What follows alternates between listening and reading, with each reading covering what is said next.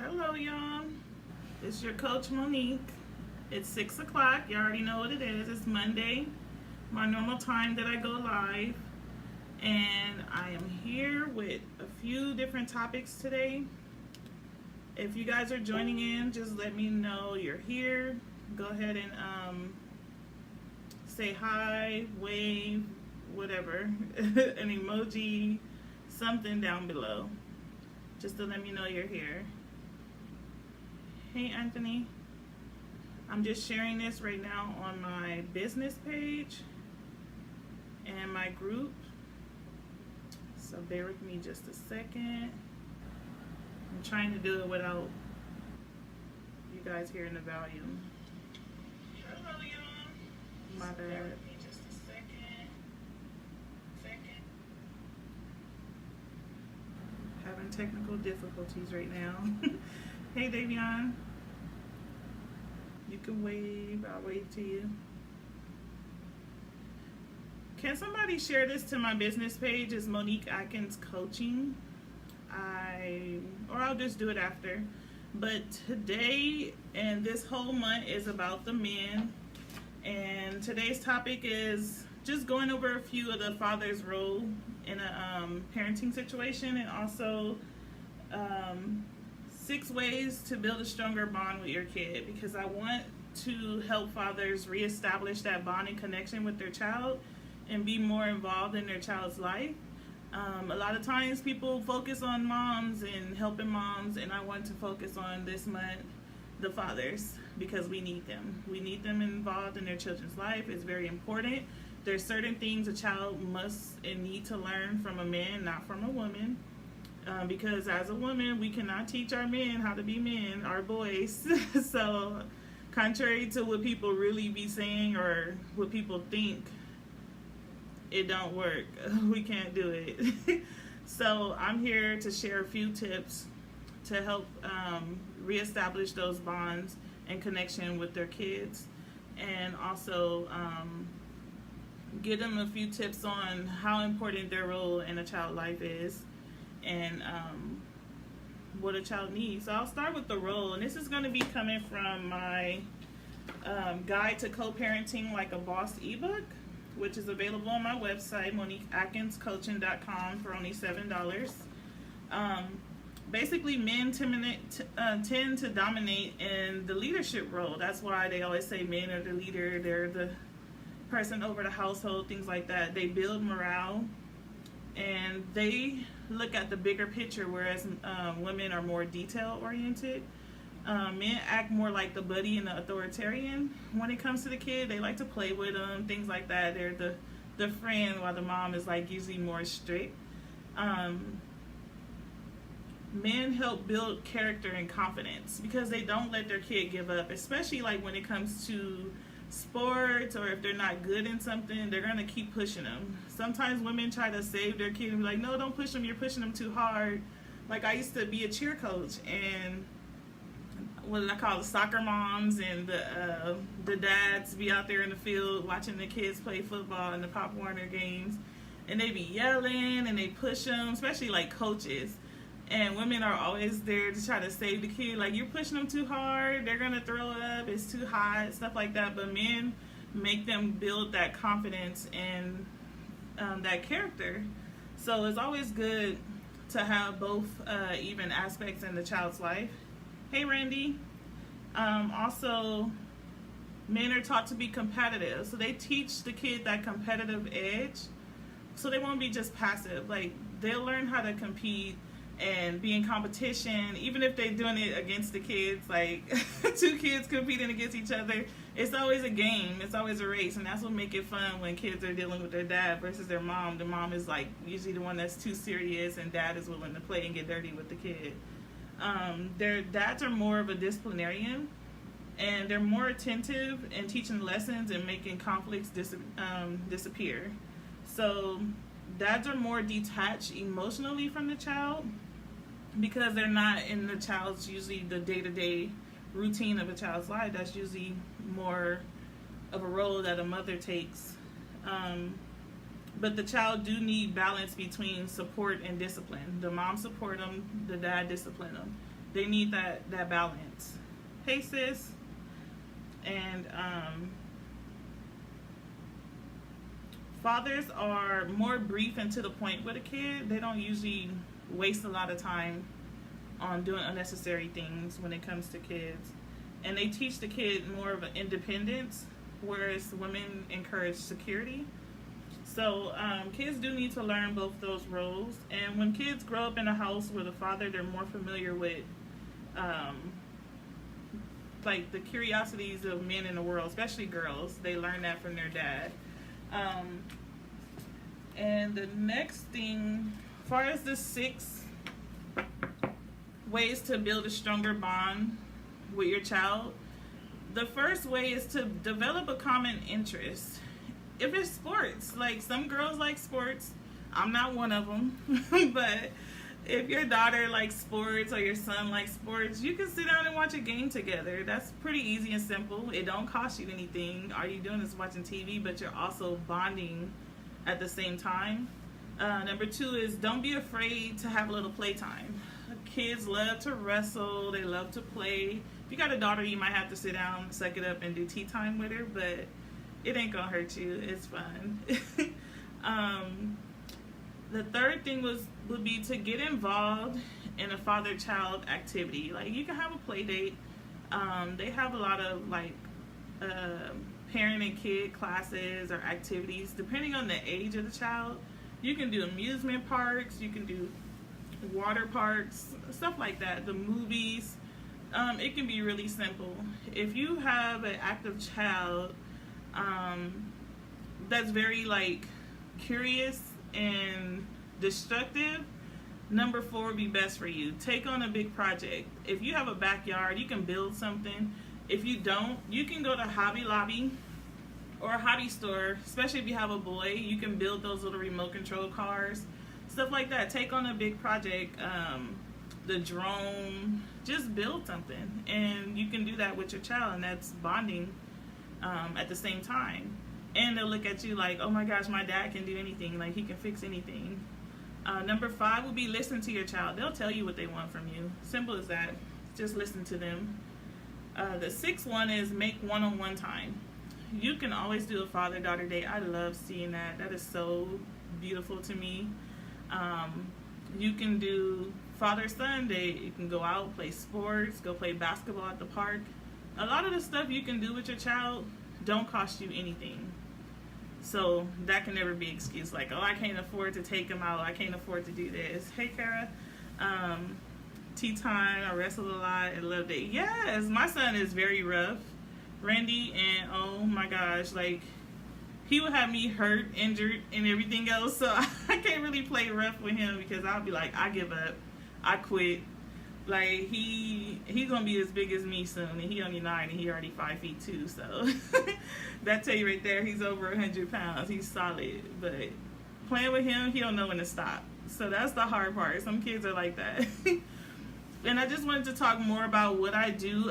Someone asked me yesterday, like, why did I become a parenting coach? And I just said, like, when I first became a mom 9 years ago, I had no clue what I was doing. First off, I was 22 years old.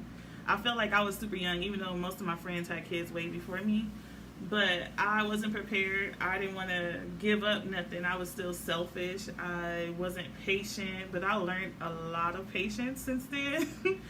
But I also wish I knew about parent coaches when I was going through my struggles of becoming a single mom and raising a kid on my own. Like, I had no clue because I've always seen co-parenting. I've always seen most of my aunts and uncles were all married. There was always a man as a provider. The women were the stay-at-home wives, and they went to college and they took care of the household while the men went out and provided and paid for everything. So that's what I had an example of. So becoming a single mom, I was embarrassed. I was like, oh my gosh, like I'm embarrassed. Even though my mom was a single mom, my dad only lived like 4 blocks away, so I got to see him whenever I wanted.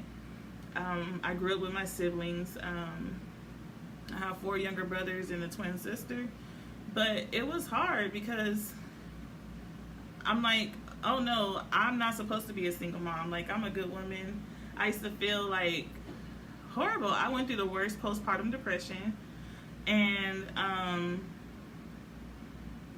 I used to be burnt out, stressed, overwhelmed, especially with a newborn, and then a boy. I'm like, what do I do with a boy? Like, I had all nieces at the time. None of my brothers had a boy. So I was used to dealing with my twin nieces, and my friends had boys, but I'm like, what am I supposed to do with a boy? I don't even know what boys like. I don't even know what boys want to do. And I was just like really stuck in my own head, scared to fail as a parent, because I'm like, oh, it's all on me. What if I fail? Like, what's gonna happen with my child? I used to have sleepless nights worrying about my kid. I used to sit there and watch him sleep, like scared to go to sleep, because I'm like, if I go to sleep, there's nobody else here to watch over him. What if he wake up? Like, one time he did wake up, he rolled off the bed and he wound up hid in the closet, and he was only like 8 months, and he had a concussion. Like, I literally died. Like, I was like rushing into the hospital because he was just in a daze, and I'm like, oh my gosh, I just hurt my kid, even though I didn't hurt him. But that's why I didn't put him in the bed with me, because my bed is sitting really high. I'm 6'1", I don't like no low bed. But it was scary. So he had his own room and his own bed, but I just didn't put him in. You hear my son, he always got to interrupt. Like, I want to say hi from the background. So he just said hi. But I just had a fear of raising him alone. I was scared to ask for help. So, like, I moved away. I was over an hour away from my family, being at home and taking care of a kid. Yeah. And I battled with acceptance of being a single mom. That was probably the hardest part, because I had a kid with my childhood best friend. I was offended that I was a single mom. I'm like, we're best friends. Like, how could you make me a single mom? Like, I just knew I wasn't going to be doing it alone. Even though he was deployed throughout my pregnancy and when I gave birth, and he was deployed like most of the first few years of my son's life, I was offended. I was like, I'm not supposed to be a single mom, especially when this is my best friend. And people are like, oh, that's the perfect situation. You're having a baby with your best friend. And then it didn't turn out that way. So it was my expectations that I was more disappointed with than anything. I couldn't get past the fact that the one person I trust the most, which was my childhood best friend, made me a single mom. But then I had to think, I was his third baby mama, so what makes me different than how he treated everybody else? So that's why I had to get over that, and I had to put in the work. I had to work on myself first, and my own self-esteem and my own limiting beliefs, and learn how to, after I got over being a single mom and doing things alone and going through that process, I was able to forgive his dad, and we were able to co-parent after that. But we had struggles with communication before, especially when he's deployed in Japan and you're here and you're like 17-hour difference, and the communication was like only through YouTube, not through YouTube, but only through FaceTime and only through Skype. So that was the only way we were able to communicate for a while, because he was always deployed. So that's what made it hard. And then we didn't live in the same state. So even when he wasn't deployed, he was in Mississippi. Now he's in Florida, and now he's getting ready to be in Dallas and Texas. So we always had to co-parent from a distance, which is very difficult. I started asking for help from my family. So, like, my son, Godmom, was so amazing.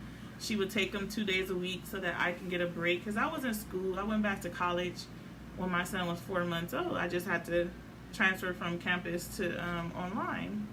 I went through a whole spiritual healing process for years. I was celibate maybe 6 out of 9 years of his life. And I went through a whole loving me again, and that self-love, and took the time out to get to know myself, and as well as going through that mindset adjustment, and listening more than making assumptions when it comes to his dad. Like, I wouldn't just assume like, oh, you just don't want to be a father, or you just don't care about your kid, or you move too far, you're not moving nowhere near your kid. But I had to get over that because I was assuming that's how he felt, because that's what it looked like to me. But I had to talk to him and ask him, like, why is our situation like this? Like, why we can't communicate? Why we're not friends anymore? Because we got to a point where we wasn't even friends. Like, I didn't see him for years. He didn't see his son for over 3 years, until about a few months ago when we started communicating more, going through that forgiveness process, and being able to talk. It's almost like we're best friends again. We could talk about relationships, people we're dating. We could talk about everything now. But it took a long time to get there again, to be able to trust him and communicate and know that he had my son best benefits at heart. And a lot of people ask me, like, how did you get to where you're at? Like, it took me, because I didn't know about a parent coach and I didn't know about life coaches. I thought, oh, you only have to go to therapists. But I'm like, I don't need no therapy. Like, I can get through this. And then I went back to school. I'm a psychology major. I used the skills that I learned in school to put myself through that healing process. So it was a lot of stuff in studies, when I studied childhood disorders and different things, family therapy. When I studied all that stuff, it helped me in the end. And pretty much now I work with single parents. I work with married couples, because a lot of married couples have problems co-parenting in the same household because they have two different parenting styles. So I work with married couples and learning how to co-parent. And in those married couple situations, I also help step parents, because they need to know what their role is. I might do another live about step parents, because I have recently been getting a lot from step parents that asking, like, how do they include themselves in that co-parenting process? Like, what is their role? They don't want to overstep their boundaries. I'm going to have a discussion about that. And I just help people get over that parent guilt. I work with stay-at-home moms and working entrepreneurs, because there is a difference between a stay-at-home mom and a working mom. They carry two different guilts, and one wants to be home and the other one is like, oh, I'm out, I'm ready to get a break, the stay-at-home mom. So I pretty much help my clients get through that mindset training, changing the way they think about the situation and being able to parent. Hey you guys, hey Suzanne, excuse me, and get down to what the real problem is, why they can't co-parent. Some people just ain't forgave the person. They haven't, hey JL, they haven't got over what it was that stopped them from being in a relationship, or just being a single parent. So some people just need to get over it, and they just need to figure out why they feel certain ways about the other parent. I'm helping parents eliminate stress and make a plan for parenting. Even it's not too late. Even if you've already had a kid and you're no longer pregnant, it's not too late to make a co-parenting plan. You can do that at any stage, except for when they're adults, but you can do that at any stage. Make a plan. I give them the communication skills that's needed to be able to talk to each other, because some people are like, oh, I tried to talk to my son, dad, or my child's mom, and there's no success. They don't hear me. And then sometimes it can be how you approach them, how you're talking to them. That plays a big part in how you get any type of success in the communication process. If you know how to talk to them, then it's different. But if you approach them with demands, stuff like that, they're not going to listen. So I teach them on how to approach that other parent and how to talk to them and communicate to them on that level. I'm also an accountability partner. So when people say, oh, I'm going to do this, do that, I'm going to check on you. Especially if you're one of my paid clients. I'm going to check on you and make sure you did what you said you're going to do.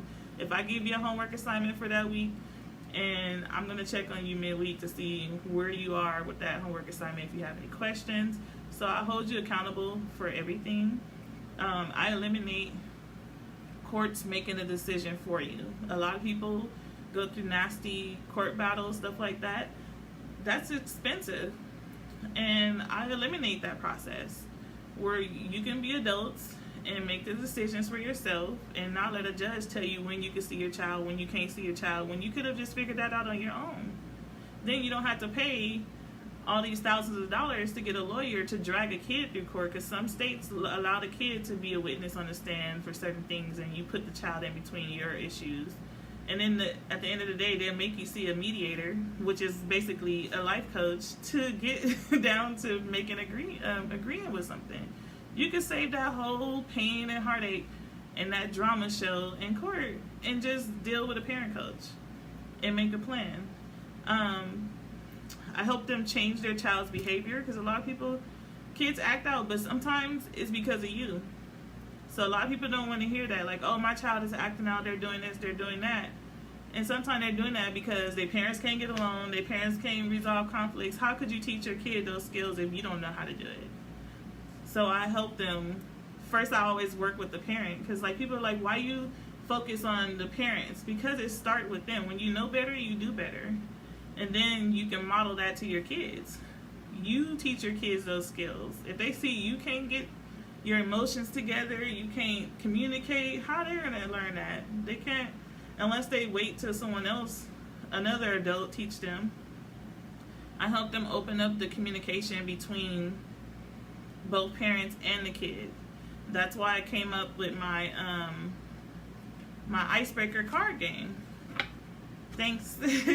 So here's a few of my favorite cards. I'm going to share with you some questions that you can ask your kids. But these are like 6 of my favorite questions that I like to ask when it comes to my icebreaker card game, which is available on my website at MoniqueAtkinsCoaching.com, and it's only $30. The first batch is coming in this week, so you can get your order in. I'll be having another shipment coming in about a week or 2. But for those who ordered last week, you guys should be getting yours really soon. But one of the questions I have in my cards are, what's the hardest part about being either the only, youngest, middle, or oldest child in your family?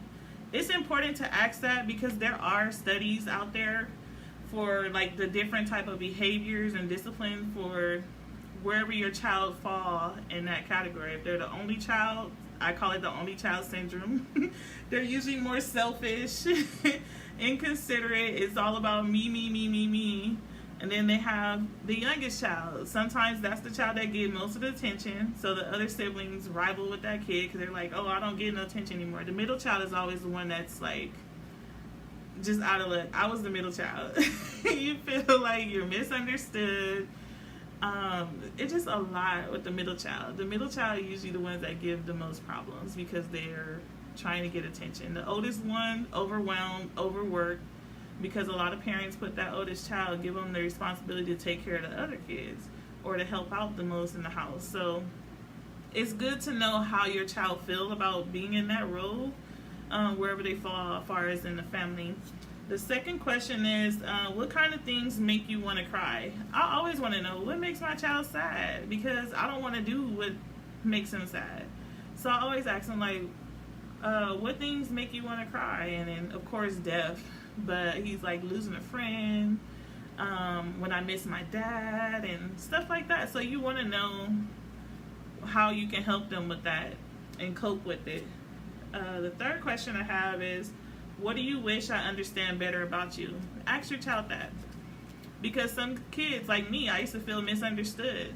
And I'd be like, I wish you would just understand me. But I just didn't have those communication skills to communicate my feelings or express how I felt about certain things.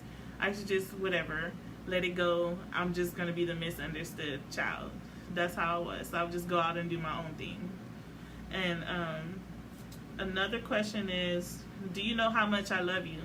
I always make sure my son knows I love him a lot.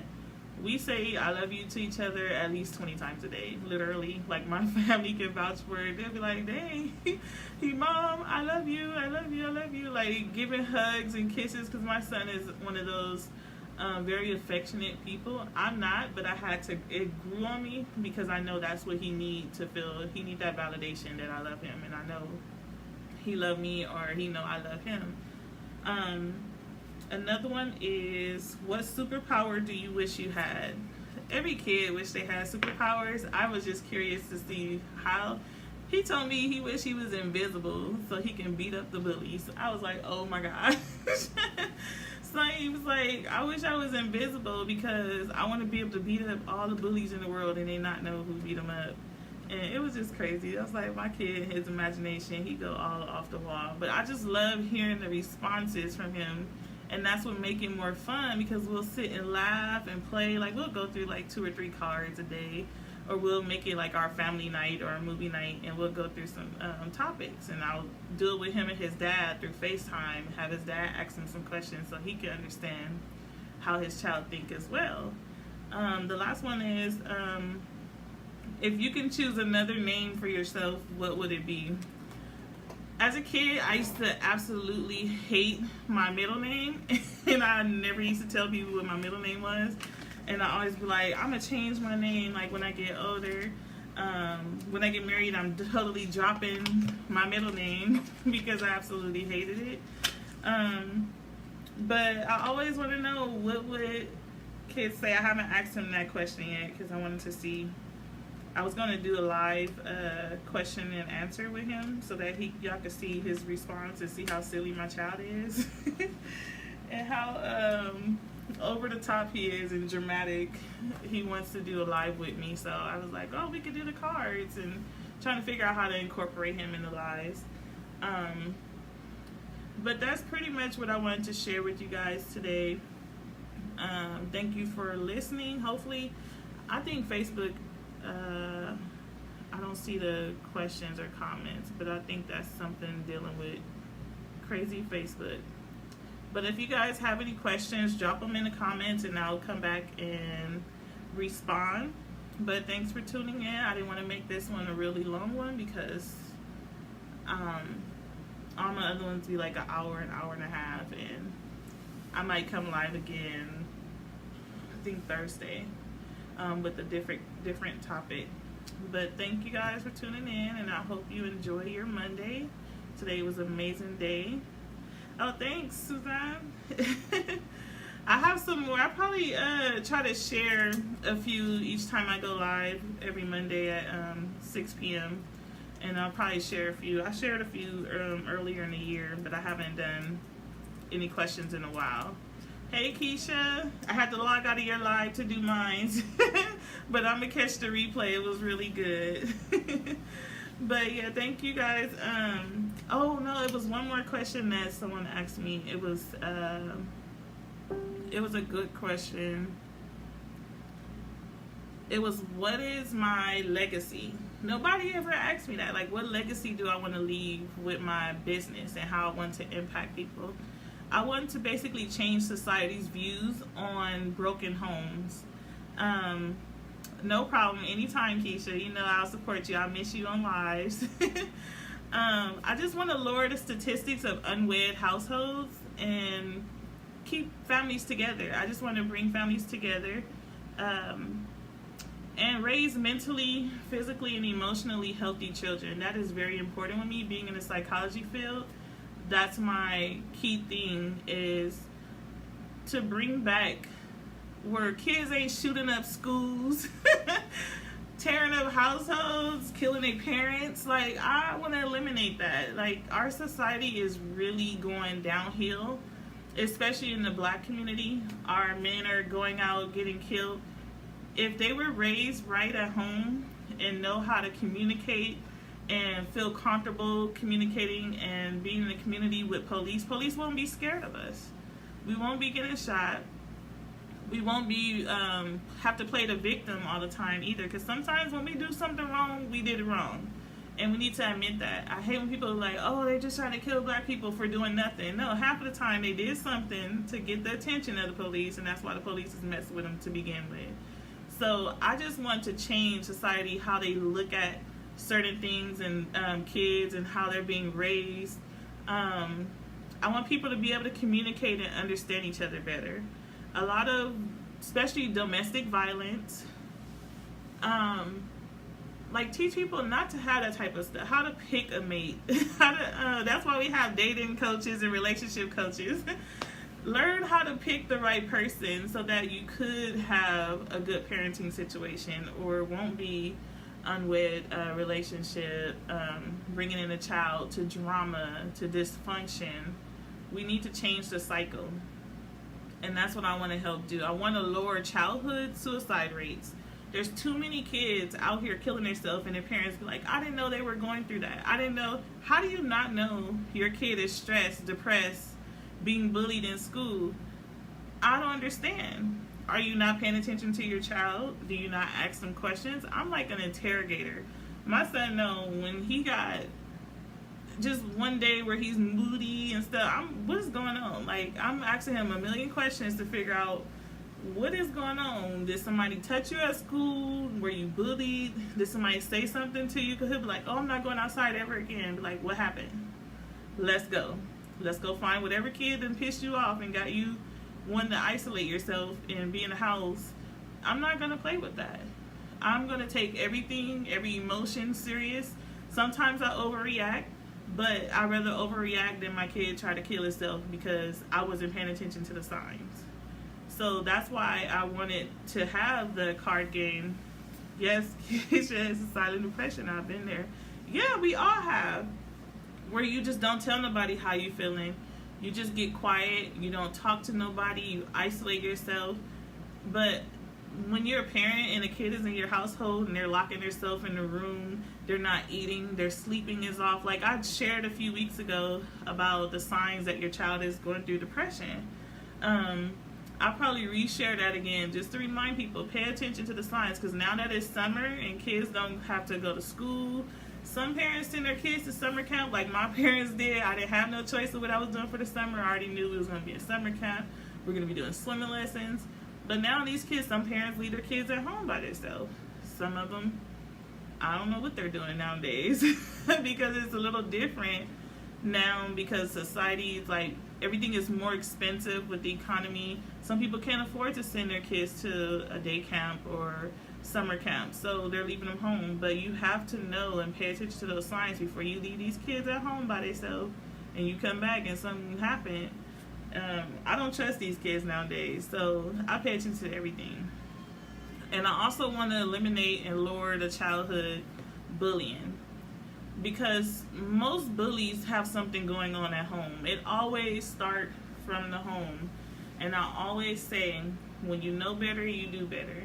So that's why I'm working on the parents to get it together so that the child won't be taking out whatever stress you're putting on your child, or they seeing you get abused, yelled at, not getting it together. They're going to take that aggression and put it on somebody else. And that's why these kids are out here being bullied, because either they're being bullied at home by their parents, or their daddy is the bully towards their mom and abusing her. And it's that silent cry for help. I take bullying very seriously because my son has been bullied before, even though I'm a different person now, but sometimes you want to strangle somebody's kid for messing with yours. And I take it very, very serious now. Like, I don't play when it comes to my child and bullying and stuff. I'll be like, go get your mom. Like, I'm going to talk to the parent, because I need to know what's going on in your household for your kid to be out here messing with these kids. And I'll always go to the parent first. I'll warn the kid before I go to the parent. I'll let them know, if you keep on, I'm going to your mom or your dad. You better get somebody, bring them over here. I'll follow, see where they live. Like, it's this one boy that always messes with the kids in my apartment. But he don't even live in our apartment. He live in a trailer park next door to our apartment. And I didn't know where he lived for a long time until one day I was driving out and I seen him coming out of the trailer. I'm like, oh, okay, now I know where you live. So every time I see him, he'd be like, I'm going to call the police on you for trespassing in our property because you don't live over here. Or he'll try to go swimming in our swimming pool and then dunking all the kids. And this boy's like 3 times my son's size, but they're the same age. And I'm like, nah, little boy, you too big to be being rough playing with my son. Like, I'm one of those parents. Like, y'all stop splashing. Like, don't be jumping in because somebody will get hurt. But I'm very protective of my child because he is my only child, even though he's not his dad's only child, but he's my only child. And I'm not going to let anybody hurt him, and he knows if somebody bother him, I'm going to get my mom. Or the other parents in here noticed the little boy messing with my son, and they were like, oh yeah, because some parent was like, oh no, your son messed with him too. And I'm like, no, I know my child. You cannot tell me anything about my child that I don't already know. So a few other parents was like, no, that boy bother your son every day, and I be seeing him bother him, and then he get mad when your son defend himself. And the other parents only see my son defending himself, so they try to make me feel like I don't know my child because my child would throw a rock back at him when he throw a rock at my son. So I'm like, I know my kid. My kid would tell me everything because he's one of them. He's a snitch. He would tell you everything, the whole long drawn out story, who hit who said what. He would let me know because he already know I need all the details. And then I'll go to them to verify. I trust but verify because kids will lie to you. And I'm not oblivious of that. So, but I know when he lying. So I'll go check all the kids. And then that's why I was offering the free coaching program to the kids over here, because something's going on at home, and because I can't get through to the parents, because some of these parents be out here on drugs, they drink and smoke all day, they're not doing anything with their life. Like I observe and pay attention to all that, so I'll be like, I'll save the kid, because it seemed like the parent is too far gone for me to try to save them, and I'm not going to coach them for free, but I will coach the kids for free, and I'll save the kid. And I have the kids, like I ordered journals for them to journal. If they don't want to talk about it, like journal about it. You can turn the journal in with me. I'll read it if you don't want to say it out loud in front of everybody. So I'm just trying to save the kids because it's the summer. They're here every day. I see some of the kids just sitting by themselves, and I'm like, I always go over to them like, what's wrong? Like, why are you sitting over here by yourself? You're usually playing with the kids. Then I know something happened, and I'll go talk to the other kids and bring them all together and be like, what's going on? Why y'all can't get along? Why y'all can't play together? And then they'll be fine. Like one of the boys was bullying my son. They used to fight literally every day. And I cannot stand my son fighting because I'm 32 and never had a fight a day in my life. Ever. Me and my sister. And so I don't like my son fighting, but he used to fight this little boy every single day. He'll come in the house, Mom, I just got in a fight with so-and-so. Like, he was throwing rocks at me, so I threw a rock back at him, and we were fighting. I gave the little boy a ride to school one day, because it'd be hot. We were in the triple digits. We were like 108 today. They just got out of school about a week ago. I just gave him a ride to school. He was so appreciative. I ain't heard nothing from him since then. Him and my son been playing, getting along. That one little gesture helped. And he was like, because I told him, like, are y'all getting along? Are y'all playing? Like, I don't want to see y'all fighting. All I did was talk to him on the way to school. We only live like 3 minutes from the school. It's only around the corner. But just that one thing and showing him that I care about them being friends and just talking to him. And then I talked to his mom, too, at her job, because she worked at the store down the street. But she leaves him home by himself, because I was to the point where, like, if this boy keep messing with my son, I'm calling child services to tell them that she leaving him home every day while she at work by herself. I was ready to get her in trouble. But I just talked to him, and ever since then, it's been about 3 weeks. They have not had a fight. They've been playing, happy, getting along. And I'm like, dang, it just took that little thing, just me giving him a ride to school because it was really hot, and I had water and everything. And I gave him a water, and I told him, if you want to ride home, just meet us in the front. And just that one day changed a lot. So it's like, sometimes you just got to understand and be patient. I had to learn that. Patience is key. How have you approached the coaching thing for the kids? Are the parents even responding? The parents respond, because I had some parents come knock on my door. It was like, oh, my son told me, because my son went out and recruited. He went and told all his friends. He went and talked to their parents because he's so excited about it. Like, Mom, I know children's problems, and let's have a coaching group. And I talked to our front office. They said it was okay. I've talked to a few parents. They said it was okay for me to talk to their kid and record. But some parents have been coming to me. It's this one lady, oh my gosh, she's so crazy, Randy. She have a kid. He's about 5 or 6. I was talking to her about the program, and she's like, yeah, we can do this. And then she just inserted herself into my program, talking about, I have some ideas we can do and we can coach them and do it. I'm like, ma'am, I don't need your help to do this. Like, I'm good. But she took it to a whole nother level, was like, I've always wanted to do that, but this lady is crazy. She's on something. And I'm like, I would never have you talking to any kids. Like, I'm sorry. We might have to exclude your child if he's involved. You have to be involved, because I'm not. I told her I don't need no help. I don't need no assistant. I got it, and I already got my topics. I've already got them journals. I'm gonna get those T-shirts made. Like, I told her I don't need help. But every time I see her, she's like, when do you want to sit down and talk about? I'm like, I already told you I don't need your help with the program. So I don't think she get it. But I'm like, ma'am, no thank you. But next week's topic's going to be the lack of community and support for fathers. And I'm going to give them some ideas on where to look for support and how they can get that support from the community. And the week after that is going to be fatherless child. I'm going to drop some real statistics on you guys about when fathers are not involved in a child's life, what can happen and what are the statistics of that. And the last week of June is going to be daddy issues. It's going to be different ways to know that you have daddy issues as a father, because a lot of fathers be like, I don't know how to be a father because I didn't have my dad there. Most women don't say that because their mom is usually the one that carried the responsibility. But a lot of fathers don't have that example in the household. So I'm going to help fathers with their daddy issues and how to get through them. But first they got to recognize that they have them first. So I'm definitely saving that one for last. But I know I've already said like I wasn't going to keep y'all long, but I guess I can end it there. I've said enough. If you guys are ready for your breakthrough session, go ahead and reach out to me. You can email me. It's in the description. And you can also inbox me or send me a message whenever you're ready. And I'll add you to my schedule. I have a few slots available coming tomorrow. Yeah, tomorrow and next week I have a few slots. I could squeeze someone in, I think, on Friday. No, Saturday.